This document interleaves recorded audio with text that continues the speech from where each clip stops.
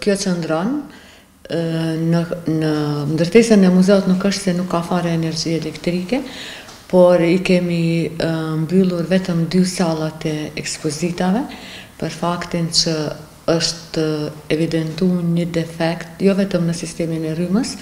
Kur them sistemin e rrymës, flasim për ndriçimin brenda sallave ekspozuese dhe në sistemin e alarmit. Kjo është ajo çka do të thotë aktualisht jemi në këtë periudhë.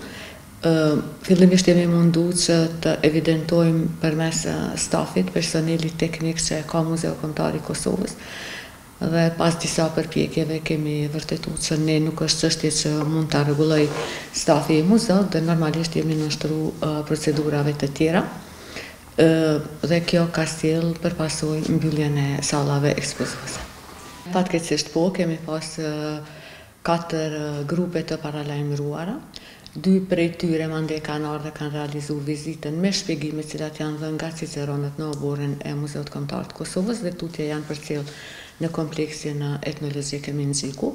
Gjithsesi ka pas edhe kërkesa tjera dhe i kemi lajmëruar që në momentin që ky defekt rregullohet do të mirëpresim si herave tjera. Ne kemi adresuar çështjen normalisht në Ministrinë e Kulturës pas gjitha verifikimeve që kemi bërë. Ministria mandej ka shtu angazhimet e saj dhe ka ardhur edhe një ekip i profesionistëve të Ministrisë së Punëve të Brendshme dhe ta quaj raporti apo ekspertiza e tyre dhe ekspertizën që i kemi pas më herët e kemi integruar në një dhe e kemi dorëzuar, po besoj që deri në fillim të javës së ardhshme mbyllet procedura.